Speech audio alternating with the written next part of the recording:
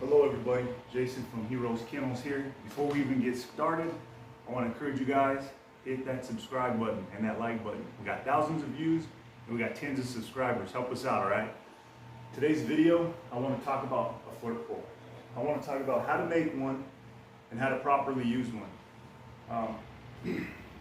I see a whole lot of people on YouTube. I'm friends with a lot of people on Facebook and also on Instagram, and I see them using a flirt pole, but I really see them using it kind of in a way that it's not intended to be used.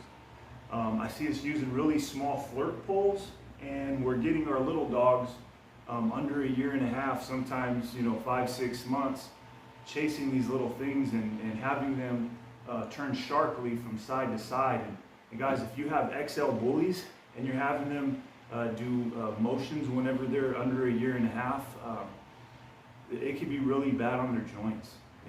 A lot of things that we do, we don't think that we're being harmful. We do them with the right intentions. We're feeding them wrong sometimes, and then we're playing with them wrong, and we're causing health problems for them in the future. Within that first year and a half, year and a half, sometimes up to 2 years, their joints aren't set together. They're not sealed. And so whenever we're causing them to do these erratic motions and jumping and pounding on their joints, we could be causing our dogs to get like arthritis or hip dysplasia, or all kinds of bad stuff that happens to them. So I wanted to talk about the flirt pole. I wanted to talk about how to make your own. Whenever you have a short one, sometimes it's difficult to use it the way that it's intended to be used. So I'm going to show you how to make your own, and it's pretty cheap. You can make one under 25 bucks. I got all of the supplies that I made my flirt pole from at our local Ace Hardware, and it cost me about 25 bucks to get all of it. I got about a 10-foot piece of PVC pipe.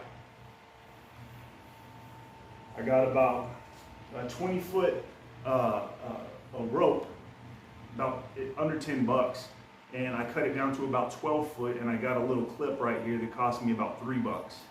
And I got a little bungee with a ball at the end that I tied to my rope, and it cost me $1. So what you do is you get your 10 feet of PVC pipe, you cut down your rope to about 12 feet, and you fish it through the pole. You fish it all the way through the 10-foot pole. You tie your little clip on at the very end. And at the very end of the pole, you attach your rope to the little bungee.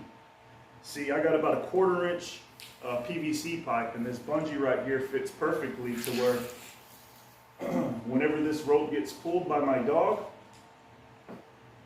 this bungee gives it a little bit of give, so it's not putting too much pressure on the pole, and it's not putting too much pressure on my dog. And so this bungee right here not only stops the rope from going all the way through, and it's a little block, but it also gives it a little give as well. So after you make it, what you typically do, you clip your dog's favorite toy. Right now, this is their favorite toy. It is a duck that has been butchered. So what you typically do is you get their favorite toy, you attach it to the little clip, you take them outside, and you run them in a circular motion. So we're out here in the front yard. Come on, Aries, let's go.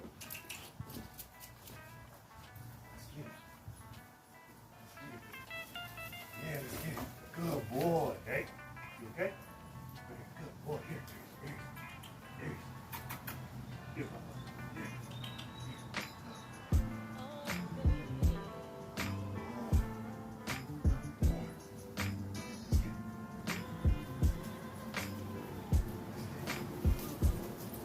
There you go.